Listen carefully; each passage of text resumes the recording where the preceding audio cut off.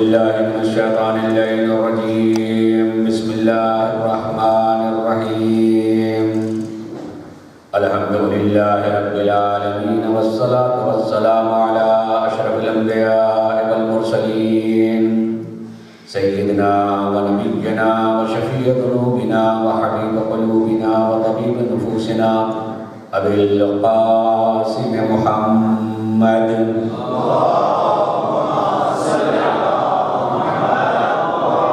وعلى أهل بيته الطيبين الطاهرين المعصومين ولعنة الله على أعدائهم أجمعين من يومنا هذا إلى يوم الدين. أما بعد، فقد قال الله سبحانه تبارك وتعالى في كتابه الكريم وهو أصدق القائلين وقوله الحق.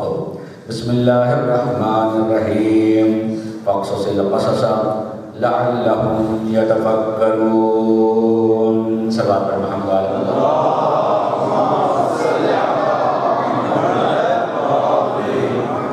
میں مسلسل اسی آیت کریمہ کے ذیل میں کچھ گزارشات اگرچہ بہت زیادہ مربوط نہیں لیکن ضرورت کی چیزوں کو آپ حضرات کے اذہان عالیہ تک پہنچانے کی صحیح اور کوشش کر رہا ہوں. آج بھی بات کو مربوط کرتے ہوئے کہوں کہ قرآن ہمیں حکم دیتا ہے کہ واقعات کو بیان کرو، شاید سننے والے سوچنے لگیں، غور کرنے لگیں.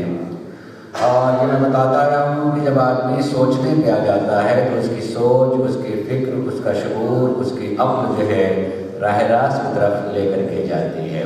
اور یقیناً کربلا ایک ایسا واقعہ ہے جس میں صرف ہم ہی نہیں بلکہ معصوم نبیوں کو بھی اس واقعے سے راستہ ملا ہے. اللہ نے ان کے لیے ان واقعات کو بیان کیا ہے. آج میں تھوڑے سے واقعات کے ذمہ میں تھوڑی سی گزارش کرنا چاہوں گا. اب قرآن کی ایک آیت کو پڑھیے گا. قرآن ہم سے کہتا ہے فَمَا بَكَتْ عَلَيْهِمُ السَّمَاءُ وَالْأَرْضُ وَمَا كَانُوا مُنذَرِينَ. توجہ چاہوں گا اس بات پر. قرآن ہم سے کہہ رہا ہے، ایک واقعے کو یاد دلا رہا ہے کہ ان کے اوپر نہ زمین روئی نہ ان کے اوپر آسمان رویا اور انہیں مہلت بھی نہیں دی گئی. اشارے میں گفتگو کی قرآن نے، ان کے اوپر نہ زمین روئی نہ ان کے اوپر آسمان رویا اور انہیں فرصت اور مہلت بھی نہیں دی گئی. اگر آپ تفسیروں میں جائیں گے تو تفسیر میں یہ ملے گا کہ کن کے اوپر زمین اور آسمان نہیں رویا تھا. سب سے پہلے میں کہنا چاہوں گا قرآن کا یہ کہنا، غور کیجیے گا، خود سے بھی گفتگو کیجیے گا، کسی سے بیٹھ کر کے بیان کر سکتے ہیں آپ کہ اگر قرآن یہ کہہ رہا ہے کہ ان کے اوپر زمین نہیں روئی، ان کے اوپر آسمان نہیں رویا، یہ اسی وقت کہا جا سکتا ہے جب زمین اور آسمان میں رونے کی صلاحیت پائی جاتی ہو. زمین اور آسمان میں رونے کی صلاحیت، اگر اس میں صلاحیت ہی نہ ہو رونے کی تو کس کے اوپر نہیں روئی کیا معنی رکھتا ہے؟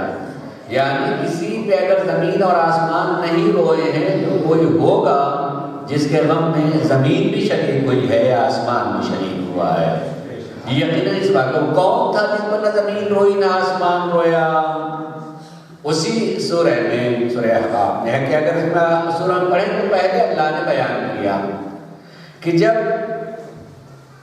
حضرت موسیٰ اپنے ساتھیوں کو لے کر کے جادوگروں کے مقابلے میں آئے تھے، اپنے ساتھی اپنے صرف بھائی کو لے کر کے، لیکن جب جادوگر نے جناب حضرت موسیٰ کے معجزے کو حقیقت تسلیم کر لیا تو وہ جادوگر نہیں رہے بلکہ ایمان لے آئے اور اعلان کیا کہ ہم موسیٰ اور ہارون کے رب پر ایمان لاتے ہیں.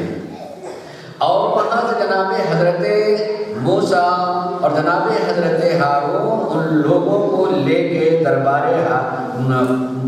فرعون سے نکل پڑے اور فرعون بھی اپنا لشکر لے کے نکل پڑا کہ ان کو گرفتار کرنا. واقعہ آپ کو معلوم ہے، صرف یہ بتانا چاہوں گا کہ قرآن واقعے کو بیان کر رہا ہوں، اس سے میں نتیجہ آپ کو کیا پیش کر رہا ہوں کہ واقعہ بیان کیجیے تاکہ لوگوں کا شعور کھلے، ان کی فکر میں روشنی آئے. اللہ نے کہا کہ ان کے اوپر زمین نہیں روئی، ان کے اوپر زمین نہیں روئی، اس کا مطلب کہ اللہ بتانا چاہتا ہے کہ زمین میں شعور پایا جاتا ہے، وہ سمجھ سکتی ہے کہ کس پر ہم روئیں یا کس پر ہم ہنسیں. آسمان میں شعور پایا جاتا ہے، وہ سمجھ سکتا ہے کہ ہم کس پر روئیں یا کس پر ہنسیں، چاہے ہمارا شعور نہ سمجھ پائے کہ زمین کیسے سمجھتی ہے۔ یہ ضروری نہیں ہے، یہ ضروری نہیں کہ ہر چیز ہم سمجھ لیں۔ اس کے بھی میں قرآن سے بتا رہا ہوں، اور کیجئے گا۔ قرآن کہتا ہے کہ رسول کے پاس لوگ آئے اور آنے کے بعد کہتے ہیں ہمیں روح بتا دیے۔ یسألونک عن الروح، اے رسول آپ سے لوگ آگے پوچھتے ہیں کہ روح کی حقیقت کیا ہے؟ قل الروح من امر ربی، تو انہیں بتا دیجئے کہ روح حکم خدا کا نام ہے۔ وما اوتیتم من العلم الا قلیلا، مگر تمہیں جو علم دیا گیا ہے اتنا کم ہے کہ حقیقت روح تمہارے ذہن میں نہیں آ سکتی۔ اس کا مطلب کہ قرآن بتانا چاہتا ہے کہ ہمارا ظرف سمجھ اتنا نہیں ہے کہ ہر چیز سمجھ لیں، لیکن قرآن کہہ رہا ہے کہ زمین میں شعور پایا جاتا ہے، آسمان میں شعور پایا جاتا ہے۔ میں یہ کہوں کہ دیوار میں شعور ہے تو آپ کو حیرت نہیں ہونی چاہیے، میں کہوں کہ اس فرش میں شعور پایا جاتا ہے، حیرت نہیں ہونی چاہیے، میں کہوں کہ فضاؤں میں شعور پایا جاتا ہے، حیرت نہیں ہونی چاہیے۔ قرآن کہتا ہے کہ قیامت کے دن، سورہ یاسین پڑھیے گا، قرآن کہتا ہے قیامت کے دن تمہاری جلد تمہارے خلاف گواہی دے گی، تمہارے ہاتھ گواہی دیں گے، یعنی تمہاری زبان کا، قرآن کہتا ہے تمہاری زبان پہ تالے لگا دیے جائیں گے، ہاتھ بولنے لگے گا، یہ پاؤں بولنے لگے گے، یہ جلد بولنے لگے گی، یعنی جسے آج ہم سمجھتے ہیں کہ یہ کچھ نہیں کر سکتا، قرآن کہتا بولنے لگے گا، اور جو بول رہی تھی زبان خاموش ہو جائے گی، زبان خاموش ہو جائے گی، چاہے چیزیں بولنے لگے، ہر چیز میں شعور پایا جاتا ہے۔ میں تھوڑا سا آج اس کو تفصیل سے پیش کروں گا اور انشاءاللہ آپ محظوظ ہوں گے۔ میں سارے فرق اسلامی سے یہ بات جانتا ہوں، سارے فرق اسلامی کی بات کہہ رہا ہوں کہ سارے فرق اسلامی، اسلام میں جتنے بھی فرقے ہوں اس بات کو مانتے ہیں، جانتے ہیں کہ جب بھی انسان کو دفن کر دیا جائے گا تو یہ 1 گز کی زمین، اگر وہ اچھا ہوگا تو یہی 1 گز کی زمین اس کے لیے باغ بنی ہوگی، اور اگر برا ہوگا تو یہی اس کو پیس بھی دے گی۔ کون جائے گا بتانے کے لیے؟ توجہ چاہوں گا کیجیے گا، کون جائے گا وہاں بتانے کے لیے زمین کو کہ آنے والا برا رہا ہے یا اچھا رہا ہے؟ کم سے کم زمین کو شعور پایا جاتا ہے نا، کہ وہ سمجھ لے۔ اگر شعور نہ ہوتا تو مولانا متقیان 25 سال جب خاموش رہے ہیں، کوئی ان کے علم کا سننے والا نہیں تھا، ساری تاریخ پڑھ لیجیے تو مولانا کائنات جو ہے زمین میں گڈھا کھود کر کے جو وہاں بیٹھ کے زمین سے گفتگو کرے، یعنی تراب سے ابو تراب گفتگو کر رہا ہے۔ جاننا بتانا چاہتے ہیں اس میں شعور پایا جاتا ہے، اگر بولنے والا انسان نہ سمجھے زمین سمجھ سکتی ہے، اس میں شعور پایا جاتا ہے۔ کون مسلمان اس بات سے انکار کرے گا کہ جس وقت نبی کریم لوگوں کو دعوت اسلام دے رہے ہیں اس وقت آخر نہ جانے کیا کیا نہیں کہا۔ نہج البلاغہ پڑھ کے ایک واقعہ، پورے واقعے کو مولانا نے نقل کیا ہے۔ آئے اور آ کر کے کہنے لگے کہ اگر یہ درخت جو ہے آپ اسے بلائیں اور آپ کے پاس آ جائے تو ہم آپ کو نبی مان لیں گے۔ نبی کریم نے درخت طرف اشارہ کیا اور وہ درخت آنا شروع کیا۔ مولا بیان کرتے ہیں پورے خطبے میں، نہج البلاغہ میں موجود ہے، پڑھیے گا کہ درخت آنا شروع ہوا، ایک چیخ سی ہوئی اور آنا شروع ہوا، لیکن وہ ابھی نہیں مانے۔ ماننا مان کر کے فوراً کہا کہ نہیں، اس درخت سے کہیں وہی جائے اور آدھا آئے اور آدھا رکا رہے، آدھا آئے اور آدھا رکا رہے، اور کیا ایسا کہ وہی آدھا درخت رکا رہا اور آدھا درخت آیا۔ اگر درخت میں شعور نہ ہوتا، درخت میں شعور نہ ہوتا، سمجھ نہ ہوتی تو آخر کیسے پہلی دفعہ پورا چلا آ رہا ہے، دوسری طرف آدھا دوسری مرتبہ آ رہا۔ بتانا چاہتا، بلانے والا چاہیے ہے، شعور پایا جاتا ہے۔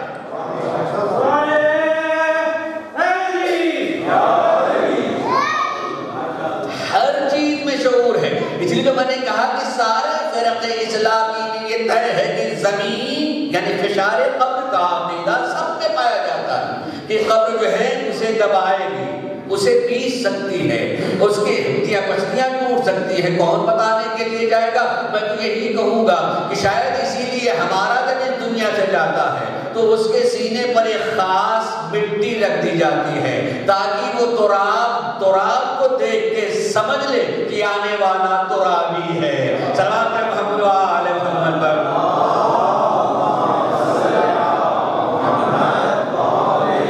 اور نہیں عزیزو، میں آپ کو ایک روایت سنا دوں یہاں، اور یہ زندگی میں کام آنے والی چیز ہے۔ صادق آل محمد فرماتے ہیں کہ جب کہیں تم نئی جگہ جاؤ، توجہ چاہوں، جب کبھی تم کسی نئی جگہ جاؤ تو آپ نے ایک نماز سنا ہوگا، نماز تحیہ۔ نماز تحیہ کہتے ہیں شکرانے کی نماز پڑھنا۔ مثلا کسی جگہ نئی جگہ گئے، ایک نئی مسجد میں چلے گئے، نئے امام بارگاہ میں چلے گئے، نئے محلے میں چلے گئے، نئے ملک میں چلے گئے ہیں، کہیں بھی چلے گئے، نئی جگہ گئے ہیں تو آپ بھی گئے ہیں، آپ کو جانے کی توفیق ہوئی، کچھ یاد رہے کہ نہ رہے، مذہب کہتا ہے کہ وہاں 2 رکعت نماز شکرانہ پڑھو، 2 رکعت نماز شکرانہ۔ اس میں وجہ ہی بیان کی ہے کہ جہاں تم وہاں نماز شکرانہ پڑھو، شاید تم پڑھ کے بھول جاؤ، لیکن جس زمین پہ نماز پڑھی ہے وہ نہ بھولے گی، اور قیامت کے دن وہ زمین اللہ کی بارگاہ میں گواہی دے گی کہ یہ تیرا بندہ، میں گواہی دیتا ہوں تیرے لیے سجدہ کیا تھا۔ یعنی یہ امام بتانا چاہتے ہیں کہ زمین میں شعور پایا جاتا ہے، ہمارا شعور بھول جائے مگر وہ زمین ضرور یاد رکھے گی۔ سلام محمد و آل محمد پر۔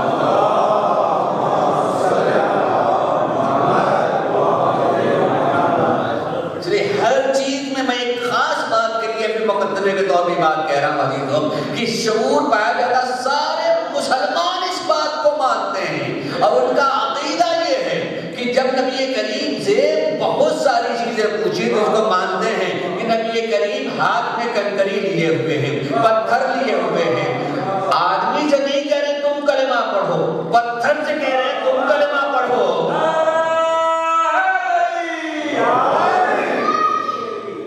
اور جتنے پتھروں نے کلمہ پڑھا۔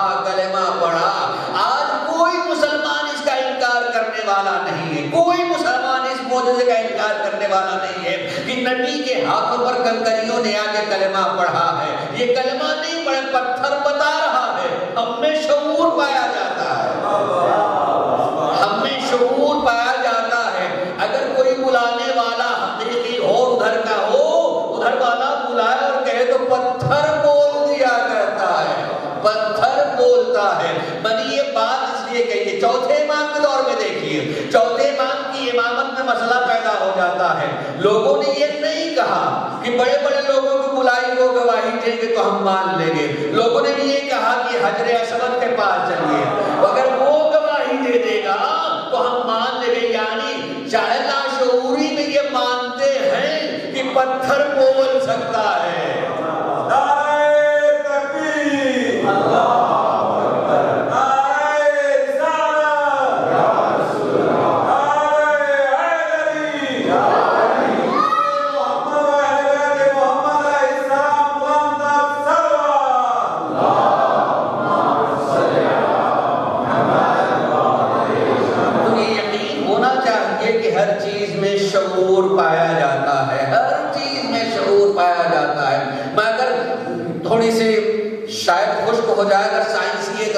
دیکھا جائے تو بہت ساری چیزوں پر جو ہم طالب علم سائنس کے نہیں ہیں مگر جو پڑھتے رہتے ہیں دیکھتے رہتے ہر چیز دکھا رہی تھی کہ شعور ہر چیز میں پایا جاتا ہے۔ مثلا میں یہاں بیٹھا ہوا بول رہا ہوں، اتنی دور یہ کیمرہ لگا ہوا ہے، میرے حرکات و سکنات کو کبھی مجھے ہی شوق پیدا ہو جائے کہ میں دیکھوں کہ میں جب بول رہا تھا تو میرے ہاتھ کے حرکات و سکنات کیسے تھے، ٹھیک ٹھاک تھے یا نہیں، تاکہ میں اپنے غلطی کو سدھار سکوں۔ میں دیکھ لوں گا محفوظ ہو گیا، میں وہاں محفوظ ہو گیا، میں خود اس میں نہیں گیا، لیکن اس فضا میں یہ تاثیر پائی جاتی ہے کہ میں بولوں تو میری آواز کو محفوظ کرے، اور جتنے میرے ہاتھ کے جسم کے حرکات و سکنات ہوتے ہیں یہ فضا میں تحلیل ہوتے رہتے ہیں، اور یہ آج لوگوں نے ایسی مشین بنائی کہ ہم جتنا بولتے جا رہے ہیں تو حرکات و سکنات انہی فضائی لہروں کے ذریعے سے وہ اس مشین میں محفوظ کر لیتے ہیں، اس مشین میں محفوظ کر لیتے ہیں، اور جب چاہے میں دیکھوں۔ میں ایک بات کہنا چاہوں گا پھر اصل بات کروں گا عزیزو، گویا ہم اس فضا کو فضا کیوں کہیں؟ اگر انہی فضاؤں کے ذریعے سے ہماری تصویر اور ہماری آواز یہاں جا سکتی ہے اور آج کا آدمی اسے محفوظ کر لے سکتا ہے، اسی فضا سے لے کر کے محفوظ کر سکتا ہے، تو یہ فضا فضا نہیں ہے، الہی کیمرہ ہے۔ یہ الہی کیمرہ ہے۔ قیامت کے دن جو ہے یہ کیمرہ تو وہاں نہیں جائے گا، مگر اس کیمرے نے اس فضا سے ہم کو لے لیا قیامت کے دن جو ہے۔ اسی لیے قرآن کہتا ہے کہ جو اچھا کرو گے وہ بھی دیکھو گے، جو برا کرو گے وہ بھی دیکھو گے۔ قرآن سننے کی بات نہیں کر رہا، دیکھنے کی بات کر رہا ہے۔ جو تم کرو گے وہ دیکھو گے۔ آج سمجھنا آسان ہے کہ یقیناً انسان زندگی گزارتا ہے تو اس کی زندگی کے تمام حرکات و سکنات وہ اکیلے ہے تب بھی، مجمع میں ہے تب بھی۔ میں تو کہہ سکتا ہوں کہ یقیناً اگر قیامت کے میدان کا اور محشر میں یہ مجلسیں بھی دکھائی جائیں گی، ہم دیکھ سکتے ہیں کہ مجلس ہو رہی ہے، اور یقیناً میدان محشر میں حسین کی مادر گرامی ضرور آئیں گی، اور آنے کے بعد یہ طے ہے کہ ذکر حسین کرنے والوں کے لیے بخشش کا سہارا بھی بنے گی، طے ہے کہ بخشش کا سہارا بنے گی۔ اور اس لمحے جب یہ دکھایا جانے لگے گا، اس لیے کہ جو آدمی جو کرے گا اللہ یہ کہتا ہے کہ وہ دیکھے گا۔ اس آیت کریمہ کے ذیل میں نے ایک تفسیر دیکھی ہے کہ نبی کریم نے لوگوں کو اسلام پہنچایا، ایک نیا مسلمان آیا، مسلمان آنے کے بعد جو ہے نبی سے تقاضا کیا کہ مجھے کوئی معلم دے دیجئے، استاد دے دیجئے، ٹیچر دے دیجئے کہ مجھے قرآن پڑھا دے۔ نبی کریم نے ایک مسلمان کو لگا دیا کہ اسے قرآن پڑھائے، وہ قرآن پڑھانے لگا، اور جب قرآن پڑھتے پڑھتے پھر اسی آیت کریمہ پہ پہنچا کہ جو بھی جیسا کرے گا وہ دیکھے گا، وہ دیکھے گا۔ اگر فَمَن يَعْمَلْ مِثْقَالَ ذَرَّةٍ خَيْرًا يَرَهُ، ذرہ برابر بھی خیر کرے گا تو دیکھے گا، ذرہ برابر بھی شر کرے گا تو وہ دیکھے گا۔ اس نے وہ ٹھہر گیا، استاد سے پوچھنے لگا یہ اللہ کا کلام ہے؟ کہا بھائی اللہ کا کلام، یہ اللہ کا کلام۔ پھر کہا نبی نے بتایا اللہ کا کلام، نبی ہی نے بتایا ہے، طبیعت کہہ رہے ہیں کہ یہ اللہ کا کلام ہے۔ تیسری مرتبہ یقین کے لیے پوچھا کہ اللہ ہی کا کلام ہے نا؟ جب اللہ کا کلام ہے، اس نے قرآن بند کر دیا، قرآن بند کر چلا گیا۔ مجھے سب سمجھ میں آ گیا، قرآن بند کر کے اٹھ کے چلا گیا کہ مجھے سب سمجھ میں آ گیا۔ ٹیچر جو ہے پریشان ہو کے نبی کے پاس آئے، اللہ کے رسول کیسا شاگرد بھیجا تھا، بڑا بے حوصلہ، ہوا کیا؟ بھئی کوئی سا یہاں تک پہنچا اور بند کر چلا گیا، مجھے سب سمجھ میں آ گیا۔ رسول نے پوچھا کچھ کہا بھی؟ کہا 3 مرتبہ پوچھا کہ اللہ ہی کا کلام ہے، اور جب اسے یقین آ گیا کہ اللہ کا کلام ہے تو بند کر دیا، بند کر کے چلا گیا کہ مجھے سب کچھ سمجھ میں آ گیا۔ نبی نے فرمایا کہ رجع فقیہا، وہ فقیہ ہو کر کے گیا، وہ فقیہ ہو کر کے گیا۔ جب یہ بات سامنے کی ہوگی، جو کرو گے جیسے عالم میں کرو گے وہ تم دیکھو گے، تو مجھے اپنے پتا چل گیا کہ جو میں کروں گا میرے سامنے آئے گا، میں دیکھوں گا، تو اس سے زیادہ جاننا ہی کیا ہے، اور اس سے زیادہ کیا جاننا ہے؟ میں جو کروں گا وہ سامنے آئے گا۔ مگر ایک بات میں کہنا چاہوں گا عزیزو، میں ایک جگہ کہیں پڑھا تو بات یہی آگئی جو وہاں ذکر کیا، بعد میں لوگ سوال بھی کرتے ہیں مولانا سمجھایا تو آج آپ نے، بتایا تو آج آپ نے، اور میری 40 سال کی عمر گزر چکی عمل کی، مثلا 20 سال کی عمر گزر چکی عمل کی، مثلا 20 سال مجھے نہیں پتا تھا، نہ جانے کتنے برائیاں کی ہیں، میں نے نہ جانے کتنے خرابیاں کی ہیں۔ میرا تو جی نہیں چاہتا ہے کہ وہ محشر کے میدان میں سب کے سامنے دکھایا جائے۔ غور کیجیے گا، نہیں تو غور کیجیے میری بات کا، مجھے تو نہیں اچھا لگے گا کہ محشر کے میدان میں جو اسے دکھایا جائے، وہاں سب دیکھیں۔ میں نے بھی اس کے بعد کہا دیکھیں بھائی یہ کیمرہ ہے نا، یہ کیمرہ یقیناً جس نے بھی محفوظ کر لیا اس مجلس کو، اس کا اس کے اوپر اختیار ہے، کسی کو دے کسی کو نہ دے۔ کہ بھائی میری چیز میں کسی کو نہیں دیتا ہوں، یا میں ہی کہوں کہ میرا ریکارڈ کیا آپ نہیں استعمال کر مجھے دے دیجیے، میں نہیں چاہتا میرے مجلس میں ایسے کہیں۔ اس پر اختیار ہے کہ کسی کو بیچ دے، کسی کو دے، جتنے کو چاہے دکھائے، جتنے کو نہ چاہے نہ دکھائے۔ کیا ہو سکتا ہے کہ اپنے ہی گھر میں رکھنے کے بعد 2 مرتبہ 4 مرتبہ سنا اور سننے کے بعد جو ہے جی بھر گیا، ایک مرتبہ سن لیا، بھئی ہمیں یاد ہو گئی پوری مجلس جو مولانا نے پڑھی تھی، اب کیا ضرورت رکھنے کی، تو اس کے بعد کیا کرے گا؟ ہو سکتا ہے اسی پر جو کوئی دوسری مجلس یا کوئی دوسری چیز ریکارڈ کرے گا۔ ہوگا کیا؟ جب اسی پر دوسری چیز کو ریکارڈ کرنے لگے گا تو پہلا مٹتا چلا جائے گا، دوسرا آتا چلا جائے گا۔ یعنی اس کو مٹانے کا بھی دوسرا ریکارڈ کرے نہ کرے، تو ہی بھی مٹا دینا چاہے وہ مٹا سکتا ہے۔ وہ چونکہ اس پر اس کو اختیار ہے کہ اگر خود بھی مٹا دینا چاہے تو مٹا سکتا ہے، باقی رکھنا چاہے تو باقی رکھ سکتا ہے، کسی کو دکھانا چاہے تو دکھا سکتا ہے، خود ہی دیکھنا چاہے تو دیکھ سکتا ہے۔ عزیزو، بارگاہ مولا کائنات میں آئیے، میرے مولا کہتے ہیں اللہ کا نام یا سری الرضا، یا سری الرضا، اے بہت جلد راضی ہو جانے والے پروردگار، اگر تمہیں بھی خیال آ جائے کہ میری زندگی کا ویڈیو کچھ غلط بن گیا ہے تو اس کے بھی مٹانے کا طریقہ ہے، اور اس طریقے کا نام ہے توبہ۔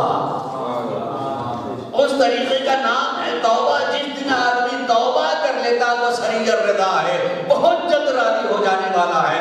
جو راضی ہو گیا تم نے مٹا دیا، اب تمہارے اختیار میں ہے۔ میں اتنی ہی بات کہنا چاہوں گا عزیزو، اللہ سب کو توفیق عنایت کرے، جائیں جن کو توفیق نہیں ہوئی ہے وہ ضرور جن کو ہوئی ہو بار بار جائیں حج کرنے کے لیے۔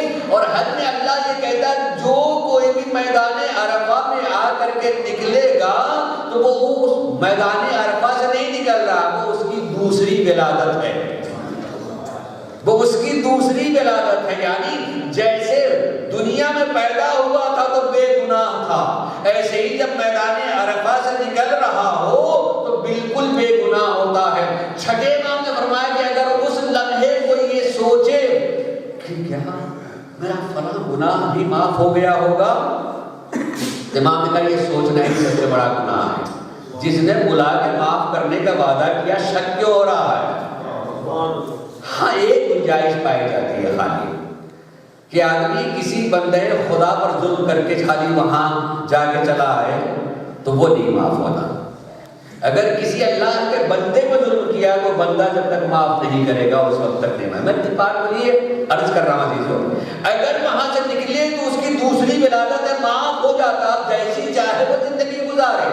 اسی لیے جب لوگ حج کرنے کے لیے جاتے ہیں تو اس کی تہذیب میں یہ ہے کہ لوگوں سے مل لے، معافی مانگ لے، معاف کرنے کے لیے گئے، تاکہ اگر بندے کا کوئی حق رہ گیا ہو تو وہ معاف کر دے، خدا تو وہاں معافی نہیں کر دے گا، اللہ وہاں معاف کر دے گا۔ امام فرماتے ہیں کہ جب حج کر کے واپس آتا ہے، بہت ایک تاریخی بات کی طرف واقعی طرف آپ کے ذہن کو لے کے جا رہا ہوں، غور کیجیے گا جزاک اللہ خیر۔ امام فرماتے ہیں کہ جب آدمی حج کر کے واپس آتا ہے تو 6 مہینے تک منکر و نکیر کو حکم ہو جاتا ہے کہ اگر یہ کوئی گناہ کرے تو لکھنا نہیں، شاید اسے یاد آ جائے کہ میں تو حج کر کے آیا ہوں، شاید یاد آئے کہ میں حج کر کے آیا ہوں، چونکہ انسان ہی تو ہے، گناہ کرتا رہا، حج کر کے بھی آگے کر سکتا۔ 6 مہینے کی مہلت پروردگار عالم دیتا ہے کہ اس کے گناہ کو نہ لکھنا، شاید یاد آ جائے کہ میں نے حج کیا ہے۔ مگر میں کائنات کا سب سے بڑا حج اس کا تذکرہ کر رہا ہوں جسے واقعاً حجۃ الوداع کہا جاتا ہے۔ نبی نے صرف ایک ہی حج کیا ہے اور اس نے خود گئے ہیں اور اس حج سے واپس آ رہے ہیں، ابھی گھر بھی نہیں پہنچے ہیں۔ خالی ایک آدمی کو شک ہوا کہ جو ولایت کا اعلان کیا خود کیا ہے یا اللہ کی طرف سے، خود کیا یا اللہ کی طرف سے کیا ہے۔ اور یہ خالی اتنا ہی نہیں کہا بلکہ اس نے عذاب مانگ لیا۔ جو پروردگار عالم 6 مہینے کی مہلت دیتا ہے تو اس کے گناہ کو لکھا نہیں جائے گا، یہاں 6 منٹ کی بھی مہلت نہیں دی۔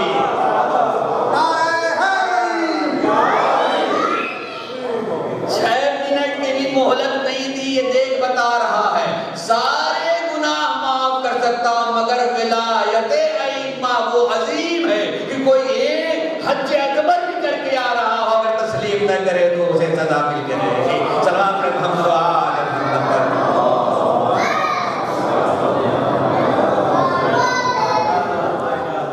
ہر چیز میں شعور پایا جاتا ہے عزیزوں، ہر چیز میں شعور. میں نے جب واقعہ بیان کیا کہ فرعون پیچھے چلا لشکر کو لے کر کے، اور لشکر کو لے کے چلا ہے، جناب حضرت موسیٰ نے عصا مارا، راستہ پیدا ہو گیا. اور جب راستہ پیدا، اب بھی ایمان لائے ہوئے لوگ ان کے ساتھ میں، ایمان لائے ہوئے لوگ ان کے ساتھ میں ہیں. موسیٰ کہے چلو، کسی کو ہمت نہیں پڑ لے جانے کی. جناب موسیٰ، ہارون تم چلو، ہارون تم چلو. جناب ہارون گئے، ایک طرف نبی ہیں، دوسری طرف وسیع، لیکن نقش قدم کس کا بنا؟ وسیع کا. نبی وسیع کے نقش قدم پہ چلا رہا ہے، نقش قدم پہ چلایا. سب لوگ واپس گئے. جب فرعون آیا ہے تو اس کے گھوڑے نہیں جا رہے، چونکہ پانی لہریں مار رہا، بیچ میں کیسے جایا جا؟ نہیں جا رہا ہے. ادھر سے جبرائیل گھوڑے پہ آتے ہیں، آگے آگے چلے ہیں. تب گھوڑوں نے گھوڑے کو دیکھا ہے تو آگے چلے. اس میں بڑی داستانیں تھیں، وقت نہیں رہے گا، اس لیے میں کہنا چاہوں گا زانے گرامی بہت چیزوں کو چھوڑتے ہوئے صرف کہہ رہا ہوں، ورنہ بہت ساری اس میں نزاکتیں اور بہت ساری باتیں ہیں. اسی میں سے خالی ایک سامری نے دیکھ لیا تھا کہ آگے آگے گھوڑا جو چل رہا ہے اس کے زمین کے نیچے کی مٹی میں کوئی خصوصیت پائی جا رہی، اٹھا دیا. بعد میں خالی ایک گوشالہ، ایک بچڑا بنایا، وہ مٹی ڈال دی تو جان آ گئی. اگر جبرائیل کے گھوڑے کے پاؤں کے نیچے کی مٹی میں جان دینے کی صلاحیت ہو تو استاد جبرائیل مولا کائنات کے پاؤں کے نیچے یا ان کے قبر کی مٹی کی حیثیت کیا ہو سکتی ہے؟ مردہ قوموں کو زندگی دے سکتی ہے. سلام محمد و آل محمد.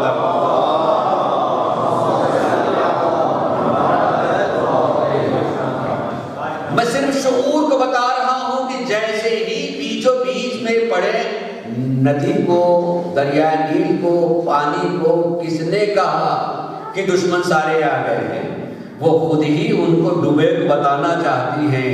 پانی کو شعور ہوتا ہے، زمین کو شعور ہوتا ہے، آسمان کو شعور ہوتا. اگر میری اتنی باتوں سے ساری باتیں سمجھ میں آ گئی ہوں تو اتنی دیر سے صرف ایک بات پہنچانے کے لیے میں نے بات کہی تھی، اور یہ بات یہ ہے کہ جب یقین ہو گیا کہ ہر چیز میں شعور پایا جاتا ہے تو اگر کوئی ماں اپنے بدن میں وقت کا ولی لے کر کے خانے کعبہ کی طرف بڑھ رہی ہو اور دیواریں کعبہ مسکرانے لگے تو حیرت نہیں ہونا چاہیے، پتھر کو شعور ہوتا ہے.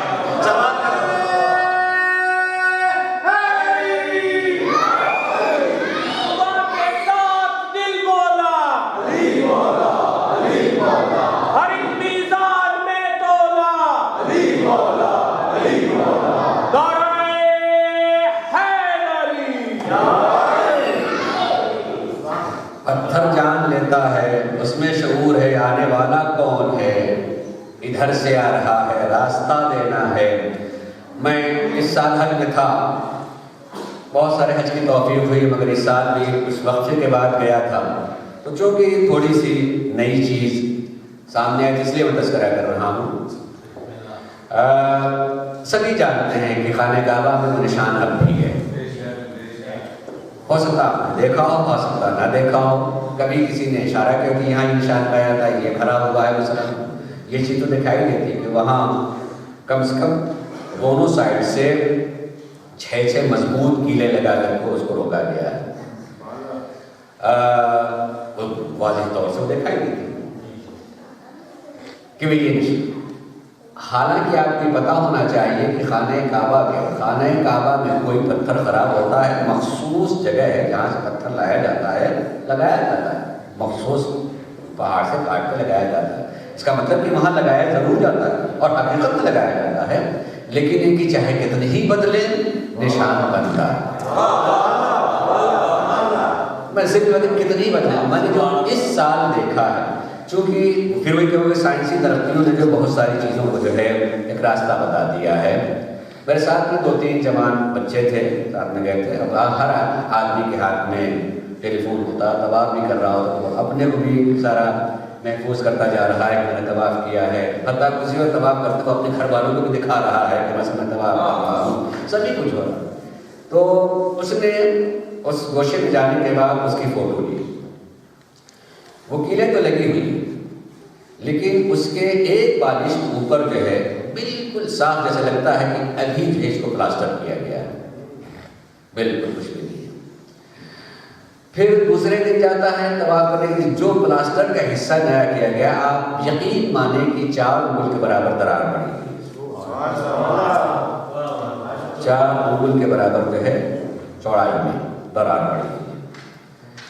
پھر تیسرے دن جاتا ہے تو پھر ویسے ہی پلاسٹر کر دیا گیا۔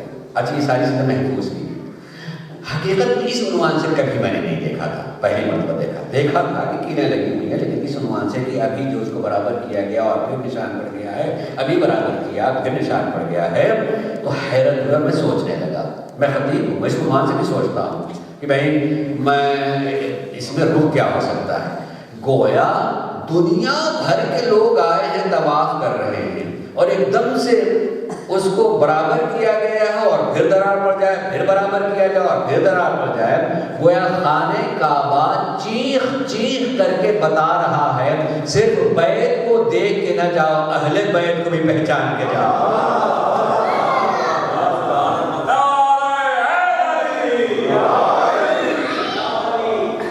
یعنی وہ توجہ کرا رہے خانہ کعبہ کی، اس بیت کے اس پتھر کو حیثیت دی جب تک کہ صاحب بیت کو نہ پہچانا جائے۔ اور اپنی بات کی تائید کے لیے کہہ رہا ہوں، اپنی بات کی تائید کے لیے کہہ رہا ہوں، یہ میرے جوان اپنے ذہن میں بات رکھیں گے اور یاد رہے گی۔ دیکھیے ہمارا وقت کا امام ظہور کرے گا تو اس کے سبب کیا بیان کیا گیا؟ یہ بیان کیا گیا نا کہ ساری دنیا ظلم سے بھر جائے گی۔ آنے والا کاہے کے لیے آئے گا؟ ظلم سے پاک کرنے کے لیے آئے گا۔ اچھا، ساری دنیا کے ظلم کے بھر جانے سے مطلب کیا ہوا؟ کیا ایسا ہو سکتا ہے کہ ساری دنیا ظلم سے بھر جائے؟ ممکن ہی نہیں ہے۔ لیکن ظلم ایک ایسی چیز ہے کہ ظلم وجود ہی نہیں آ سکتا ہے جب تک مظلوم نہ ہو۔ جب ظلم کہیں گے تو مظلوم کا تصور ہونا چاہیے۔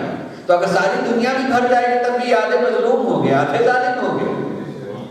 بھر جانے کا مطلب کیا ہوا؟ بھر جانے کا مطلب یہ ہوتا ہے کہ جہاں سے عدل ملنا چاہیے وہاں سے بھی ظلم بٹنے لگے، یعنی عدالتیں بھی ظلم کا فیصلہ کرنے لگے۔ جہاں عدل ملنا چاہیے وہاں سے بھی، تو ہر آدمی کہے گا اب کہاں جائیں عدل لینے کے لیے، انصاف لینے کے لیے؟ جہاں سے انصاف ملنا چاہیے وہاں سے بھی ظلم بٹ رہا ہے۔ تو ایسی صورت میں کہتے ہیں دنیا بھر گئی ہے ظلم سے، اب کہیں نہیں ملنے والا۔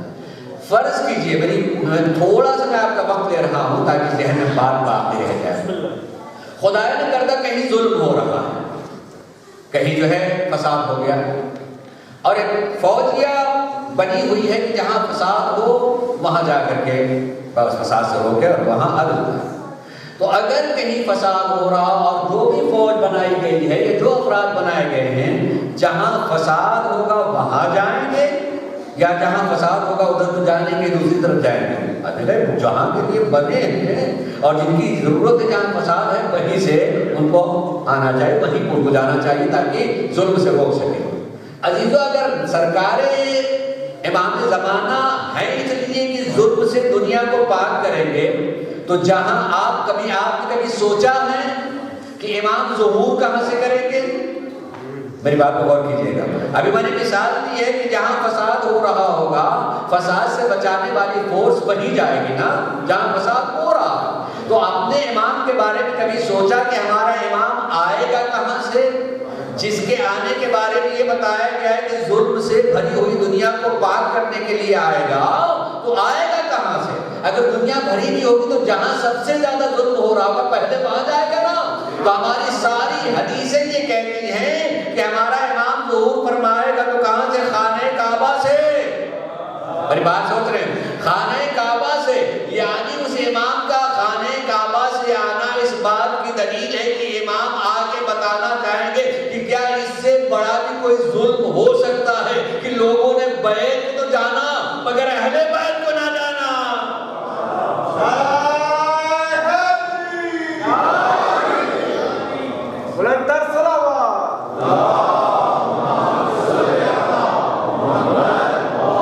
اس لیے بھی ضرورت ہے کہ انسان اس بیت ہی کو نہ جانے۔ بلایا جاتا ہے، میری گھڑی پہ بھی نظر جا رہی ہے، صرف 10 منٹ باقی رہ گئے ہیں، میں کیسے اس کو ختم اور ایک ہی تو کلیسا رہ گئی۔ لیکن سلام علیہ محمد و آل محمد۔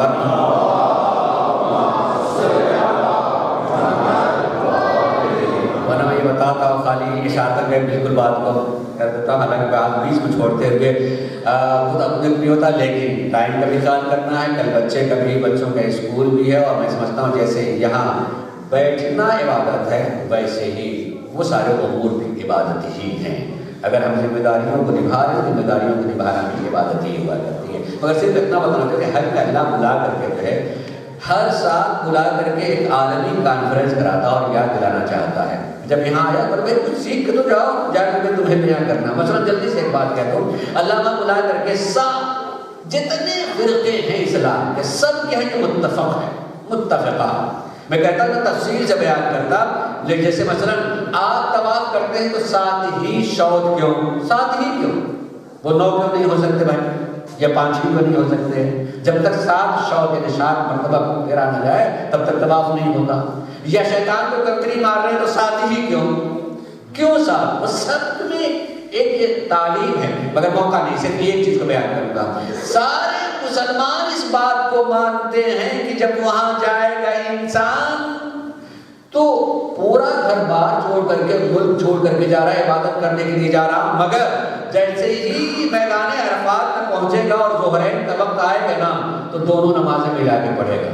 بھئی کیوں نہیں وہاں سوچتا ہے کہ ہم تو آئے ہی نماز پڑھنے کے لیے، اپنے گاؤں میں اپنے شہر میں رہتے ہیں تو الگ الگ پڑھ پاتے ہیں، یہاں تو ہم آئے بیٹھے رہیں گے 2 گھنٹے، تسبیح پڑھتے رہیں گے، کچھ بھی کرتے رہیں، مگر ہر آدمی کہتا ہے کہ نہیں یہاں ملا ہی کے پڑھنا ہوگا، یہاں ملا ہی کے پڑھنا ہوگا۔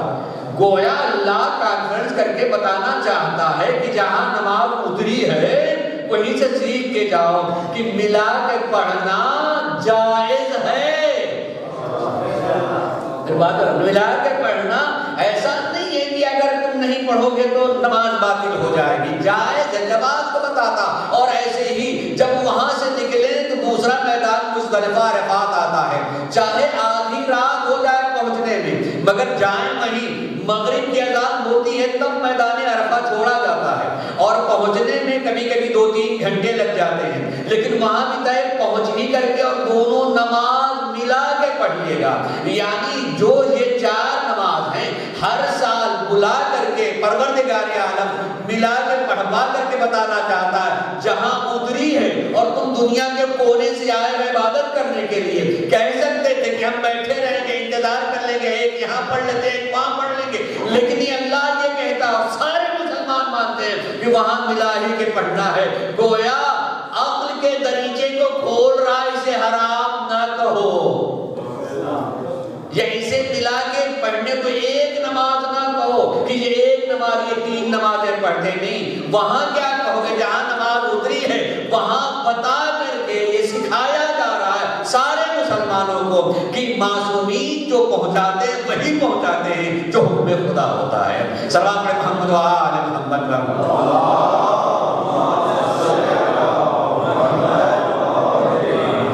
اور حقیقت میں کربلا بھی اسی لیے ہوئی ہے کہ بہت ساری چیزوں کو بھلا دیا گیا ہے، اور اس میں یہ بات بہت کم لفظوں میں کہہ رہا ہوں کہ اگر ولایت بھول جائیں گے تو ہر چیز بھول جائے گا۔ حقیقت میں اگر امام حسین گئے ہیں تو ایسا نہیں کہ وہ دوسری طرف والے نماز نہیں پڑھ رہے، نماز پڑھ رہے، حقیقت میں نماز پڑھ رہے تھے، اور ان سے بڑی جماعت ہو رہی ہے، کتنے لوگ ہی ہیں، بڑی بڑی جماعت ہو رہی ہے۔ تو یہ نماز یا روزے کا مسئلہ اتنا اہم نہیں تھا، امام یہی بتانا چاہ رہے ہیں کہ اس نماز میں روح نہیں ہے، اس روح کا نام ہے ولایت ائمہ۔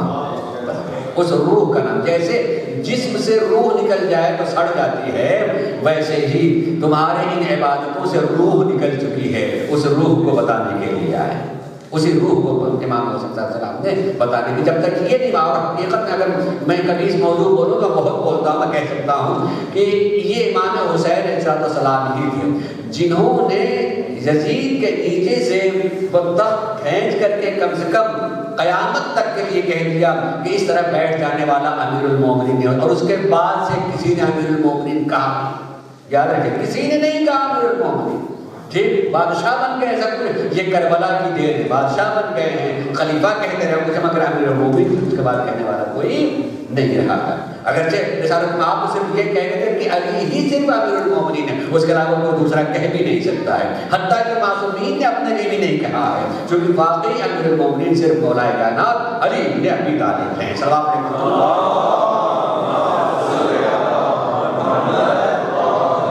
بس ایسے میں اپنی بات کہہ چکا اور تھوڑی سی گزارشات میں کل کہوں گا۔ امام حسین صلی اللہ علیہ وسلم اس اہم ترین چیز کو پہنچانے کے لیے کن کن چیزوں کی قربانیاں دی ہیں، ان قربانیوں کو دیکھ کر کبھی آدمی کو اندازہ ہونا چاہیے کہ پیغام کتنا عظیم ہوگا۔ جو آدمی جس چیز کے لیے سب کچھ لٹا دے اس سے اندازہ ہونا چاہیے کہ وہ پیغام کتنا عظیم ہوگا۔ قسم ہے پروردگار عالم کی، ولائے اہل بیت اور ولائے امیر المومنین اتنی ہی عظیم چیز ہے، اتنی ہی عظیم چیز ہے کہ اس کے لیے سب کچھ دیا جا سکتا ہے اگر وہ چیز آپ نے محفوظ کر لی ہے۔ اور میں کہتا ہوں مجلس حسین اپنے بچوں کو ولائے اہل بیت دینے کے لیے، خدا کی قسم دینے کے لیے، اور ان کے دلوں میں اگر یہ ولائے اہل بیت باقی رہ گئی، آپ نے بہت بڑی دولت ان کو دے دی ہے، بہت بڑی دولت دے دی ہے۔ اسی لیے معصوم نے فرمایا کہ خیر ما ورث الآباء لأبنائهم العلم والادب لا المال، بہترین مال، بہترین ترکہ جو والدین بچوں کے لیے چھوڑ سکتے ہیں وہ مال نہیں ہے، علم ہے۔ یہی علم کہ ولائے علی کہتے کس کو ہیں، یہی علم کہ ولائے اہل کس چیز کا نام ہے۔ لیکن اگر آپ دے کر کے چلے گئے تو آپ نے اپنی بھی عاقبت بنا لی ہے، ان کی بھی عاقبت بنا لی ہے۔ حقیقت میں اسی چیز دینے کے لیے امام کیا کیا چیز نہیں دے رہے، کیا نہیں دیا، پورا گھر اپنا سب کچھ اس راہ میں نثار کر دیا۔ آپ مسلسل سن رہے ہیں، میں اس سے پہلے خطیب سے بھی سنا ہوگا مگر میں صرف اشارت کر رہا ہوں، انشاءاللہ آپ روئیں گے۔ اللہ نے جن کو اولاد دی اور اس میں کوئی جوان بیٹا ہو 18 سال کا ہو جائے، بس اس کو وہی اس کو بیان کر سکتا اور سمجھ سکتا ہے۔ بہت ساری چیزیں لفظوں میں نہیں بیان کی جا سکتی، ہم اس احساس کو لفظوں میں بیان نہیں کر سکتے۔ اللہ نہ کرے کسی کا کڑیل جوان بیٹا اپنے والدین کے سامنے دم توڑنے لگے، بیمار ہو جائے، بے بس سا ہو جائے، والدین خدا کی قسم جیتے جی مر جاتے ہیں، جیتے جی مر جاتے ہیں۔ اگر ان کے سامنے کوئی کڑیل جوان بیٹا، وہ زندگی کے تسلسل کا نام ہوتا ہے۔ اللہ تمام ان والدین کو جن کے بچے جوان ہو رہے ہیں محفوظ رکھے، جناب اصغر جناب علی اکبر کے صدقے میں، لیکن ان دنوں سے پوچھ سکتے ہیں۔ اور شاید یہی احساس بھی دلایا تھا کمر پکڑے ہوئے امام حسین نے، بیٹا اگر تم بھی صاحب اولاد ہوتے، بیٹا اگر تم صاحب اولاد ہوتے تو سمجھتے کہ باپ کے دل میں اولاد کے وہ بھی جوان اولاد کی محبت کیا ہوتی ہے، اس سے کشش کیا ہوتی ہے۔ عزیزوں، بھیجنے کے لیے براہ راست جو اجازت دی جناب علی اکبر کو، 5 سال میں میرے لیے سنیے گا، براہ راست تقدم بنیا اکبر، میرے لال اکبر اب تم جاؤ، میرے لال اکبر تمہیں آگے بڑھنا ہے۔ ہر بچوں کے سلسلے میں امام کے پاس آئے ہیں اجازت، یہ تو آپ ہی کی اولاد ہے، آپ ہی کا بیٹا ہے، تقدم بنتی میرے لال اب تم بڑھو، اب تم بڑھو۔ لیکن ایک مرتبہ اجازت دینے کے بعد پھر ایک مرتبہ کہتے ہیں مگر میرے لال جس پھوپھی نے تجھ کو پالا ہے، جس پھوپھی نے پالا ہے، جس ماں نے پالا ہے، ذرا خیمے میں جا کر پہلے ان سے اجازت دے، پہلے جا ان سے اجازت دے۔ ایک مرتبہ کڑیل جواب باپ کے پاس سے اٹھا اور خیموں میں آیا، خیمے میں آ کر کے پہلے پھوپھی اماں جناب زینب کے سامنے ہاتھ جوڑ کے کہا، پھوپھی اماں بابا نے اجازت دے دی ہے، میں میدان میں جانا چاہتا ہوں۔ بیٹا تم میدان کو جا رہے ہو، تم میدان کو جا رہے ہو، ذرا ساری سیلانیاں تمہیں گھیرے میں لیتی ہیں پر ان کے درمیان سے گزر جانا، درمیان سے گزر جانا۔ میں نے آج الفاظ دیکھے روایت کے، پڑھ رہا تھا کتاب، روایت کے الفاظ دیکھے ہیں جب سیلانیوں نے 2 طرفہ کھڑے ہوئے ہیں اور بیچ سے جناب علی اکبر گزر رہے ہیں، تو گزرتے ہوئے سیلانیوں کے زبان پہ لفظ آیا ارحم غربتنا، علی اکبر ہماری غربت پر رحم کرنا، ہماری غربت پر رحم کرنا۔ اس وقت جناب علی اکبر نے کہا تھا آپ کو اپنی غربت دکھائی دیتی ہے، میرے بابا حسین کی غربت نہیں دکھائی دے رہی،